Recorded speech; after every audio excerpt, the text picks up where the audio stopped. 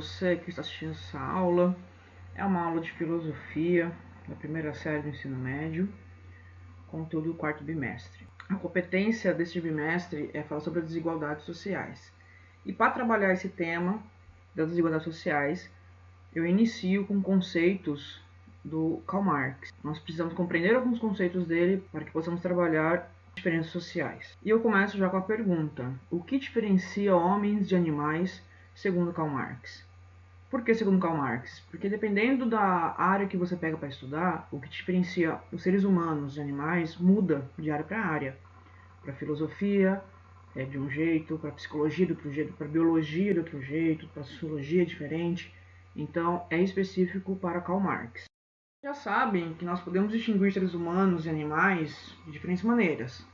Os seres humanos possuem cultura, linguagem, religião, consciência, racionalidade. Isso já está inserido em vocês.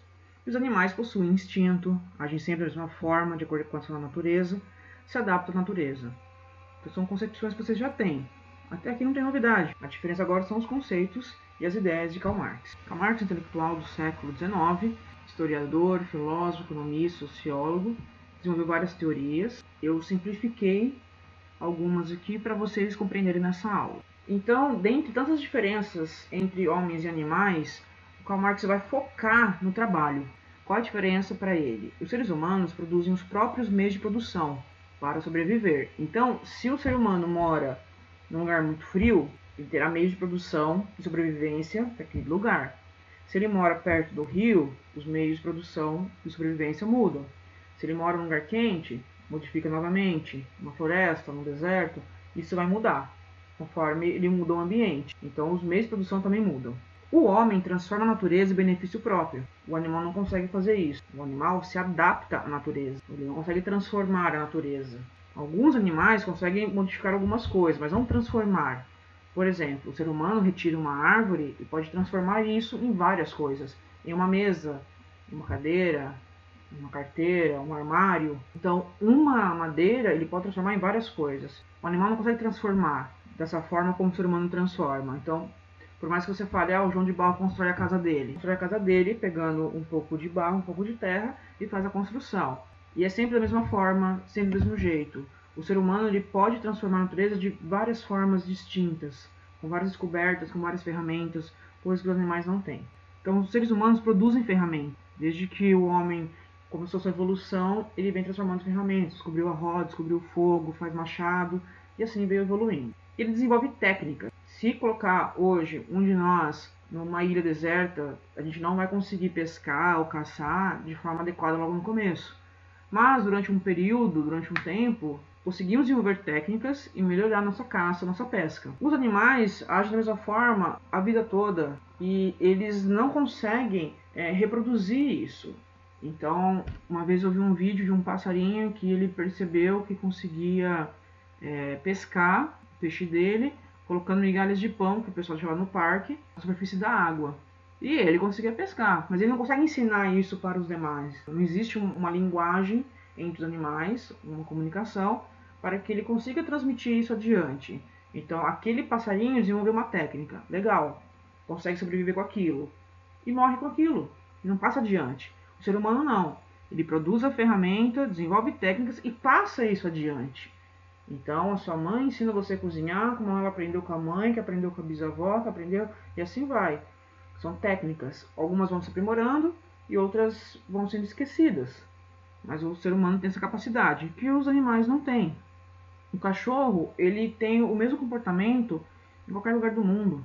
Ele vai latir, ele vai dormir, vai se coçar. O gato também, sempre da mesma forma. Então, o cachorro, se for criado por um gato, ele não vai miar, ele vai latir, porque é da natureza dele, do instinto dele. O ser humano não. O ser humano, se ele for criado por animais, vai agir como um animal. Assim como já encontramos seres humanos que foram criados por lobos. Eles agiam como lobos, porque o ser humano aprende, né? Pelo convívio ele aprende. Já os animais não. E se eu retiro do ambiente um animal e coloco em outro lugar, ele continua agindo da mesma forma. Se eu tiro uma abelha do Brasil e essa abelha eu levo para os Estados Unidos, ela vai agir da mesma forma, vai trabalhar da mesma forma.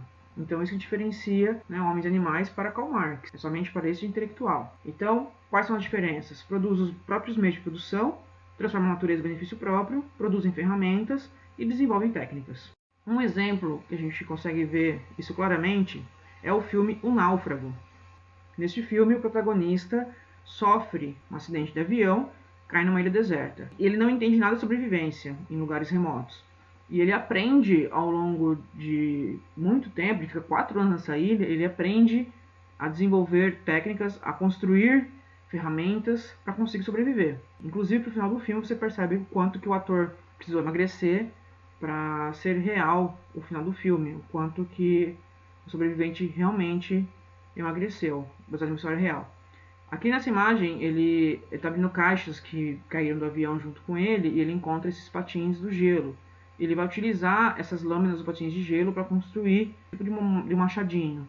Uma técnica também que ele vem a desenvolver é a coleta de água da chuva, para que ele pudesse beber água potável, porque não tem um rio com água potável na ilha. E depois de um tempo tomando água de coco, percebe que precisa de água e ele consegue desenvolver uma técnica para adquirir a água da chuva. Depois de um tempo na ilha, ele consegue desenvolver o fogo, consegue criar o fogo. E é um momento assim no filme que ele vibra muito, porque sem isqueiro, sem fósforo, ele se machucou bastante para conseguir fazer o fogo. E depois o objetivo dele nessa ilha é sair de lá, é voltar para casa. E ele constrói, mais uma ferramenta, ele constrói uma jangada para conseguir sair dessa ilha. Então Karl Marx ele vai relembrar o Benjamin Franklin, que ele chamava o homem de tool-making animal. Em inglês, tool, ferramenta, making, aquele que faz, que fabrica, animal, animal. Ou seja, tool-making animal, um animal que faz instrumentos de trabalho. É isso que a gente vê nesse filme. O tempo todo ele se reinventa para conseguir pescar, caçar e poder sobreviver esses 4 anos que ele fica na ilha. Sobre os modos de produção. O Karl Marx dividiu a história da civilização em vários tipos de modos de produção. O que é modo de produção? É a forma como o homem produz coletivamente os bens necessários para a sobrevivência. E isso varia ao longo da história da humanidade. Então nós iniciamos com o modo de produção primitivo. É aquele que a gente extraía da natureza o que a gente precisava, quando não era um nômade. Então os clãs, as tribos, os grupos humanos, eles saíam em busca de alimentos de uma forma extrativista. Você pegava da natureza o que precisava. O modo escravista é lá da Grécia Antiga, Roma Antiga, Egito Antigo, aquele tipo de escravidão. Não é da era moderna ainda. Ou seja, qual é o modo de produção escravista? É você explorar outra pessoa, fazer trabalhar para você e sem nenhum tipo de remuneração. O modo de produção asiático é a agricultura. Nós temos o modo de produção primitivo, que são os nômades, que retiram da natureza que precisa. Aqui nós já temos o modo de produção asiático, que é a agricultura. Então você começa a plantar para conseguir colher o que você precisa para sobreviver. O feudalismo se caracterizou pela troca. O feudalismo começou com as invasões bárbaras na Europa, invasões de povos estranhos, e para a população se fechar dessas invasões bárbaras, quem tinha dinheiro construiu castelos, muros altos de pedra e se fechou lá seguro. Quem não tinha condições pedia nesses feudos, nesses castelos, proteção e em troca trabalhava para eles. Então era uma troca. Os servos forneciam mão de obra, plantavam e colhiam para os seus senhores e em troca ganhavam segurança aos seus senhores. O modo de produção capitalista é no qual nós vivemos hoje, que você tem que trabalhar para conseguir dinheiro, para conseguir se sustentar, para conseguir os meios de sobrevivência. Se você não tem dinheiro, você não sobrevive nessa sociedade. O sistema socialista é no qual o governo cuida das pessoas, fornece emprego, fornece alimento, casa, educação, saúde, e em troca as pessoas trabalham para o governo. E o governo dá subsistência. Você pode pesquisar mais a fundo depois na internet e ver as principais características de cada um desses.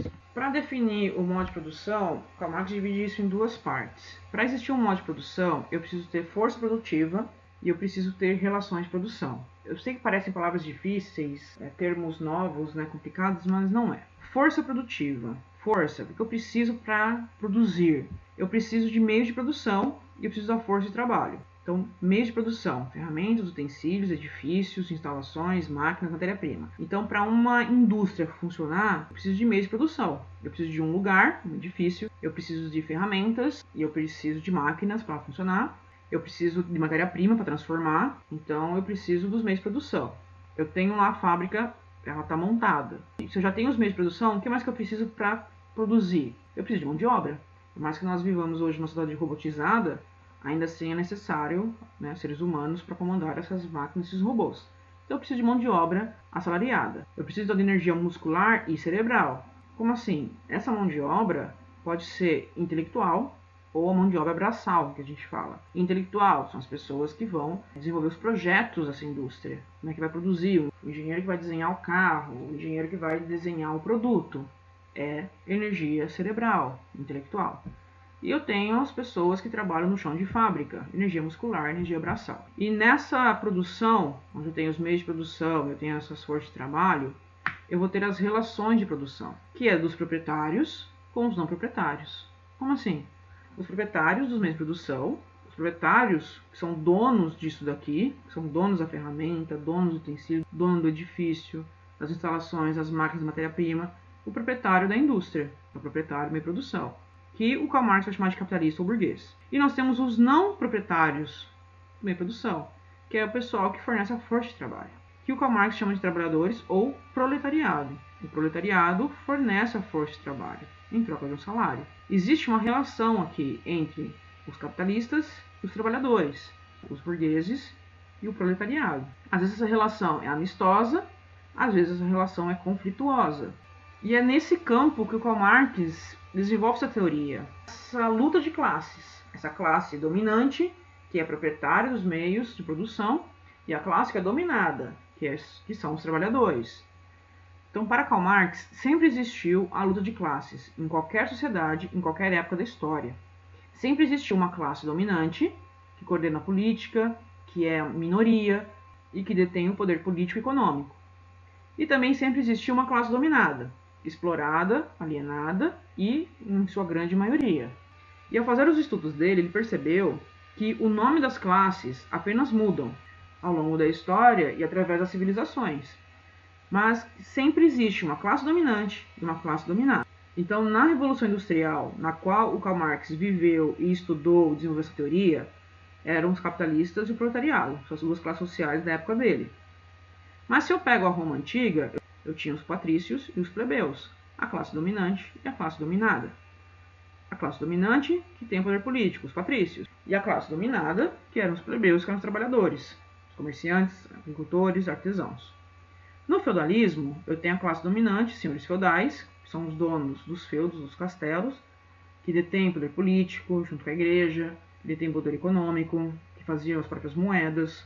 E nós tínhamos os servos, que era quem trabalhava para os senhores feudais, que eles não tinham propriedade de nada, apenas trabalhavam em troca de segurança. Se eu venho para o Brasil colonial, eu tenho a classe dominante, que são os senhores de engenho, na época da extração do cana-de-açúcar. Nós temos então esse grupo que vai coordenar a política, que vai deter o poder econômico, e nós teremos os escravos, que são a classe dominada e que são alienados, explorados, de uma forma inclusive violenta e truculenta. Então, o Karl Marx observou que sempre existiu a classe dominante e a classe dominada ao longo da história, só troca o nome, mas sempre existiu. Assim como hoje nós temos também a classe dominante e a classe dominada, que a gente fala que tem rico e tem pobre. Então só muda o nome da classe social, mas as relações sempre foram as mesmas. No modo de produção capitalista, existem duas classes sociais. Nós estamos falando de Revolução Industrial, do século XVIII do século XIX, que começou na Inglaterra e se espalhou para a Europa. Essa situação histórica que o Karl Marx está observando e está desenvolvendo essa teoria. Então, de um lado nós temos os capitalistas ou burgueses, e do outro lado nós temos o proletariado e os trabalhadores, a classe dominante e a classe dominada. Qual é o objetivo da classe dominante? Qual é o objetivo dos capitalistas? Obter lucro. A busca do capitalista e do burguês é o lucro. Qual é o objetivo do proletariado? Vender sua força de trabalho em troca de um salário. Ele precisa de um salário para poder sobreviver, um salário para conseguir manter sua família. É questão de sobrevivência. Então ele vende sua força de trabalho em troca de um salário. Então, o principal objetivo do capitalista, como classe social, é obter o lucro. O que é o lucro? É a soma de dinheiro superior a qual ele investiu na produção de mercadorias. Então, se o capitalista investiu R$100, ele espera ter um lucro em cima disso. Ele espera que consiga um retorno de 150, por exemplo. Então, tem um lucro de R$50. O capitalista ele já espera isso. Ele trabalha em cima disso. E aí, como é que acontece esse lucro? O capitalista obtém um lucro explorando o trabalhador. Assim que ele consegue esse lucro. O trabalhador vai produzir 100 unidades naquele dia, vai produzir 200 unidades naquele dia. O capitalista vai vender. e assim ele consegue obter seu lucro. Então, é explorando o trabalhador. O capitalista não trabalha, não de forma braçal, ele obtém seu lucro explorando o trabalhador. E então, o Karl Marx, no livro dele, ele faz a distinção de dinheiro como dinheiro e dinheiro como capital. Então, ele fala que tem dois tipos de dinheiro. O dinheiro como dinheiro é quando a gente usa o dinheiro para benefício próprio. Então, é quando você compra uma moto para passear. Dinheiro como dinheiro. Você vai passear a benefício próprio. O dinheiro como capital é um investimento que vai gerar um lucro. Então, eu vou comprar uma moto para fazer a entrega. Ou seja, eu estou investindo numa coisa na qual eu espero ter um lucro, ter um retorno disso. É a mesma coisa de uma pessoa comprar esmaltes para pintar a sua própria unha. Dinheiro como dinheiro, um benefício próprio. Se a pessoa compra esmalte para trabalhar com manicure, então ela está fazendo o seu dinheiro como capital. Está investindo em esmaltes e espera ter um retorno disso, espera ter um lucro. Então essa é a divisão que ele faz. Em seguida, Karl Marx fala da questão do salário. O que é um salário? O salário é o valor de uma mercadoria. É determinado pela quantidade média de trabalho. Ou seja, você vai ganhar de acordo com o trabalho que você realiza, a quantidade de trabalho que você desempenha. Essa quantidade é medida pelo tempo de duração. Então, um exemplo, as jornadas de trabalho geralmente são de 8 horas por dia. Você ganha por 8 horas. Você ganha por dia, dependendo da função, do trabalho que você desempenha. Isso já é acertado antes de começar o trabalho. Então, você já sabe quanto você vai ganhar pelo trabalho. Se a pessoa é autônoma, ela vai determinar quanto vale a hora de trabalho dela. Então, se é um artesão, ele tem que determinar quanto vale o produto dele. Vai determinar quanto tempo ele gasta, uso de matéria-prima e ferramentas e dar um valor para o seu produto. Isso é feito pela quantidade de trabalho realizado naquele produto, quantidade de transformação, quantidade de tempo, quantidade de matéria-prima utilizada para transformar e chegar no produto final.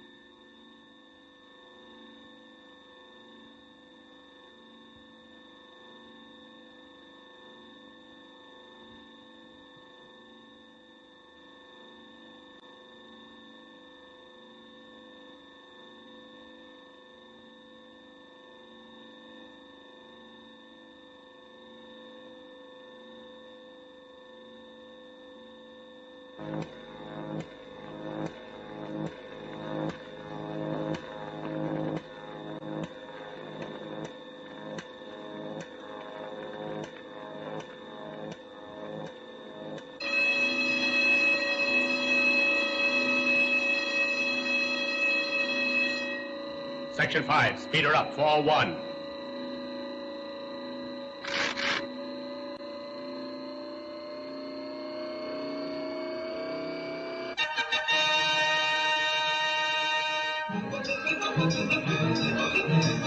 Attention, foreman. Trouble on bench 5. Check on the nut tighteners.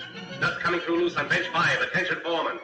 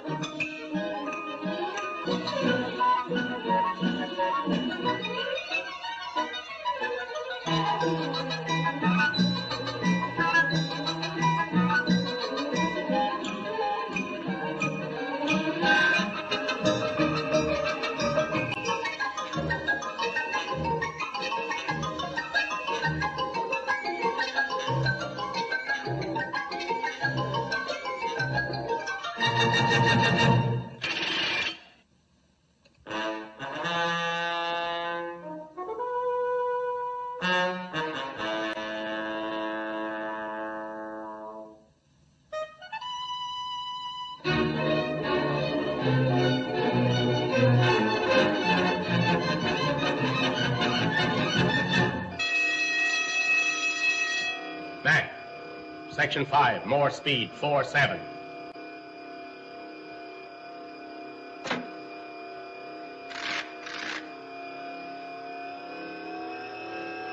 Relief man passing. Relief man passing.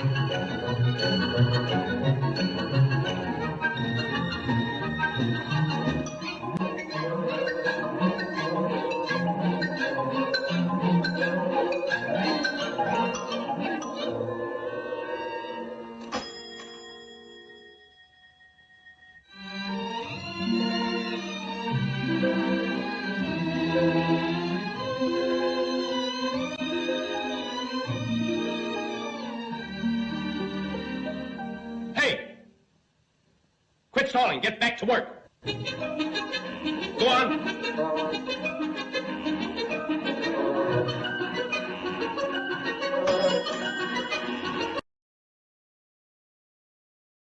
E o que significa salário? Significa garantir ao trabalhador as condições necessárias à sua existência, o que implica satisfazer suas necessidades fisiológicas, que são reprodução, alimentação, vestuário, habitação, saúde, transporte, segurança, etc. E também culturais, como educação, qualificação e lazer. Ou seja, o salário deveria englobar tudo isso. O salário digno, um salário decente, deveria englobar alimentação, vestuário, habitação, saúde, transporte, segurança, educação, qualificação, lazer, tudo isso. Essa é a concepção de salário. É isso que é o significado, é isso que deveria englobar, mas não é o que a gente vê hoje na realidade. E ainda para Karl Marx existem dois tipos de trabalho, o trabalho morto e o trabalho vivo. O trabalho morto é aquele realizado pela máquina, tem um custo menor e com o mesmo efeito do mercado. Porém, o produto é padronizado e igual. No trabalho vivo, o trabalho é realizado por seres humanos. Isso cria um valor e gera criatividade. Um exemplo para vocês entenderem a diferença, que parece confuso, é, por exemplo, um pano de prato comprado numa loja de utilidades. Você vai comprar um pano de prato por R$3. Mas se você for comprar um pano de prato bordado por uma artesã, esse pano de prato vai custar entre R$20 e R$30. Então está aqui a diferença, trabalho morto. A máquina tece um pano de prato em grande quantidade, numa qualidade igual, padronizado, com os desenhos iguais, e você pode comprar a um valor de R$13 numa loja de utilidades. Mas quando você pega um tecido que ele está cru e você agrega criatividade, você agrega valor a esse produto. Então esse pano de prato ele passa a ter um outro valor. Chega a custar aqui, no caso, 10 vezes mais do que o simples, do que o produzido de forma trabalho morto. Porque você agrega a este produto o trabalho vivo. É por isso que ele fica mais caro. E a gente percebe isso aqui na nossa cidade, aqui na nossa região, né, a diferença do trabalho morto e do trabalho vivo. Então eu tenho artesãos na cidade e eu sei que esse preço ele é diferenciado. Muitas pessoas não valorizam isso, não querem pagar esse preço, mas ele é mais caro porque ele está agregado ao valor vivo. No modo de produção capitalista, há dois tipos de capitais. O que é capital? Capital é investimento, capital é dinheiro, mas não é dinheiro como dinheiro, é dinheiro como investimento, que a gente viu lá atrás. Então, eu tenho que ter capital para produzir, por isso que é modo de produção capitalista. Nesse modo de produção, eu tenho que ter dinheiro para investir. Se eu não tiver dinheiro para começar, para investir, eu não tenho como começar meu negócio, como começar minha empresa, minha indústria, e eu preciso desse dinheiro. E há dois tipos de capital nesse sentido, o capital constante e o capital variável. O capital constante é um investimento contínuo, que é realizado na compra de matéria-prima e você faz sempre. Então, se você trabalha, né, com brigadeiro, você vende brigadeiro, você sabe quanto você gasta para produzir brigadeiro, qualquer um valor fictício. Se você gasta R$100 para comprar matéria-prima, para produzir brigadeiro, você vendeu tudo, você sabe que para produzir novamente, será necessário você ter novamente R$100 em produtos. Então, você investiu R$100, você vendeu tudo, você conseguiu o seu lucro em cima disso, mas desse valor que foi arrecadado de tudo que você vendeu, R$100 você já sabe que é para a nova produção de brigadeiros. É um valor fixo, ele é constante. Eu sempre tenho que ter R$100, reservar R$100 para começar a produzir novamente os brigadeiros e vender. Brigadeiros ou bolo, o que seja. O capital variável, né, como o nome próprio já diz, variável, porque varia, é um investimento que varia de acordo com a contratação da mão de obra para a produção. Exemplo, contratação de mão de obra nas fábricas de chocolate aumenta na Páscoa. a contratação das lojas varejistas aumenta no Natal.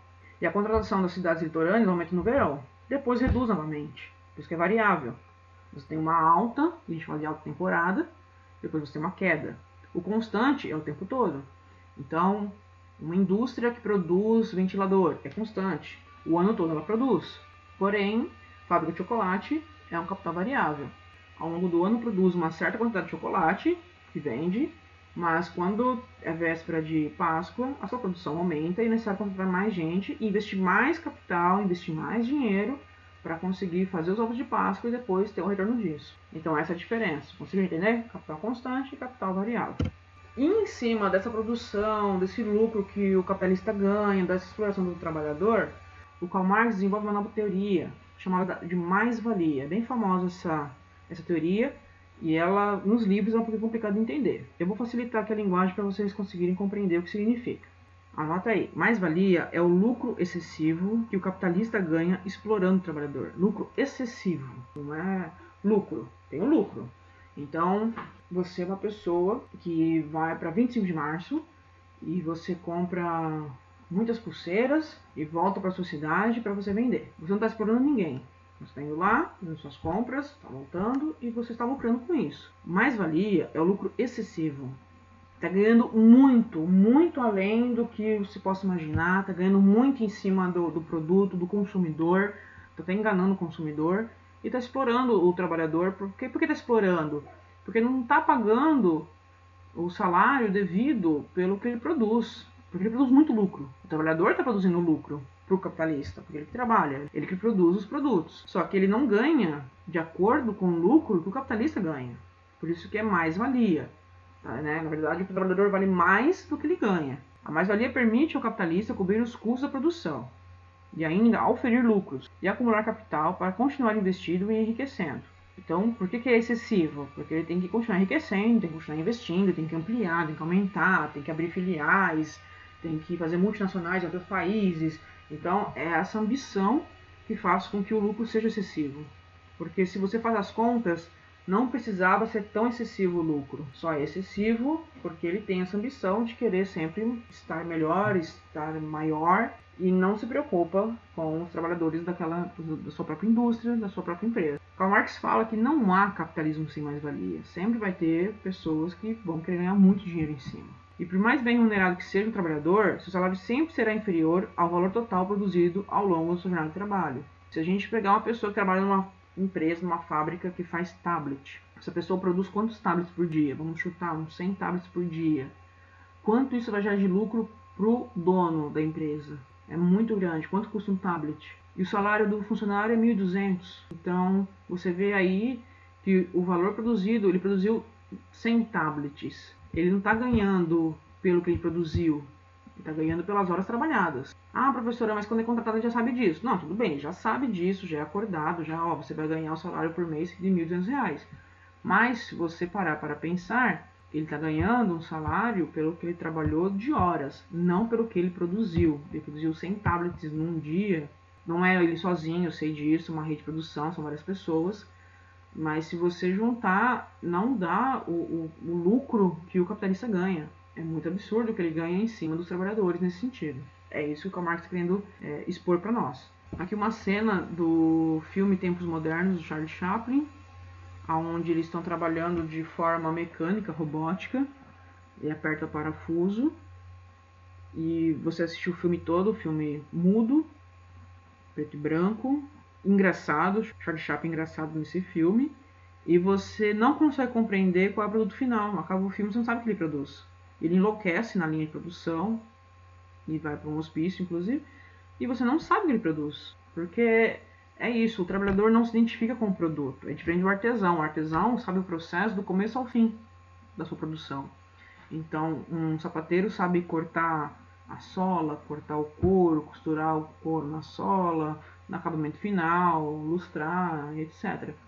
Esse trabalhador só aperta o parafuso, ele não sabe o que ele produz. E ele não se reconhece no produto. Essa carroça, quer dizer, o Gol 1.0 freio de boi só é vendido aqui no Brasil, porque só o brasileiro aceita comprar esse lixo. Os modelos exportados possuem motor 1.6, airbag duplo, freios ABS, vidros elétricos e ar-condicionado de fábrica. No Brasil, um carro com essas características sai por mais de 37 mil reais. Mas na Argentina, este mesmo carro, importado no Brasil, sai por cerca de 22.500 reais. E no México, que é muito mais longe que a Argentina, sai por inacreditáveis 18.500 reais, já incluindo frete e impostos. Não entendeu? Então eu vou repetir. O carro, produzido no Brasil e vendido por mais de 37 mil reais aos brasileiros, viaja cerca de 10 mil quilômetros até o México, pagando frete e todos os impostos de importação, e mesmo assim é vendido lá por 18.500 reais. Metade do preço praticado no Brasil. Ficou triste? Calma, porque é agora que vai piorar.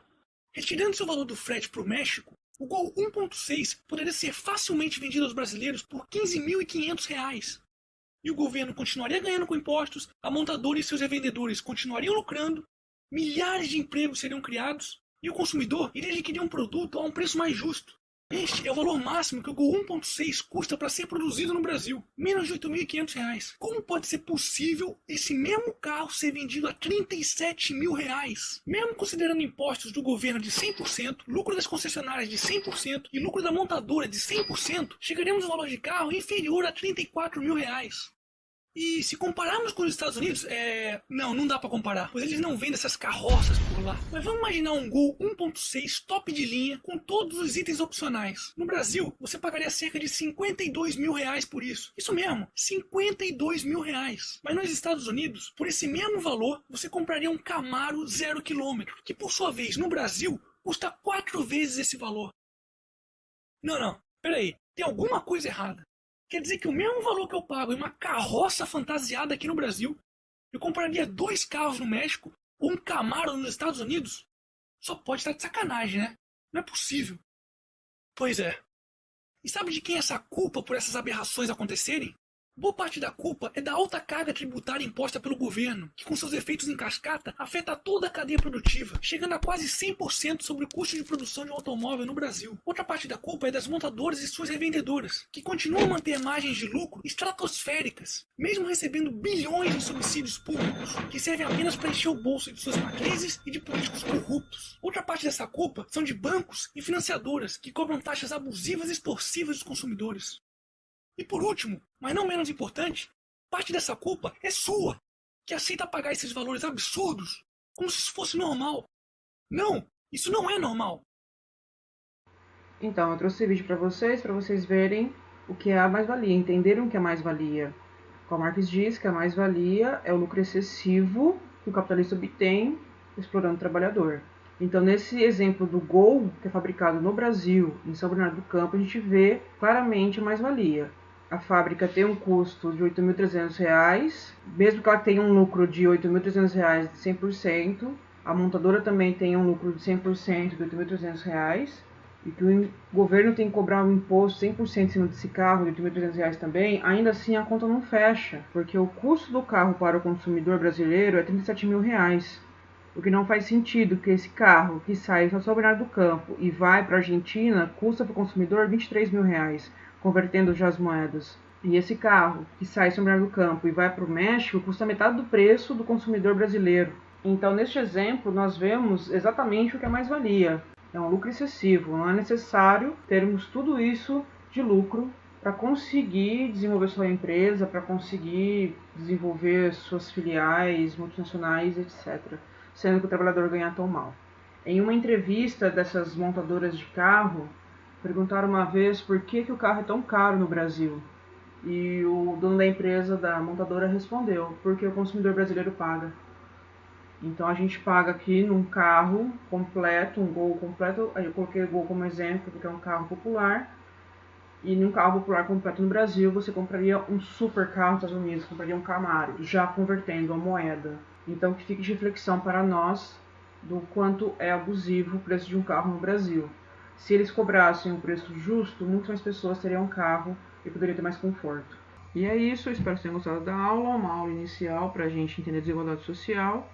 A gente começa com Karl Marx mostrando as classes sociais e como elas interagem entre si. Nem sempre foi pacífico. Na Revolução Industrial, nós temos a classe dominante e a classe dominada em total desarmonia. E é assim que a gente conquistou vários direitos sociais, inclusive. Eu espero que vocês tenham gostado e até a próxima.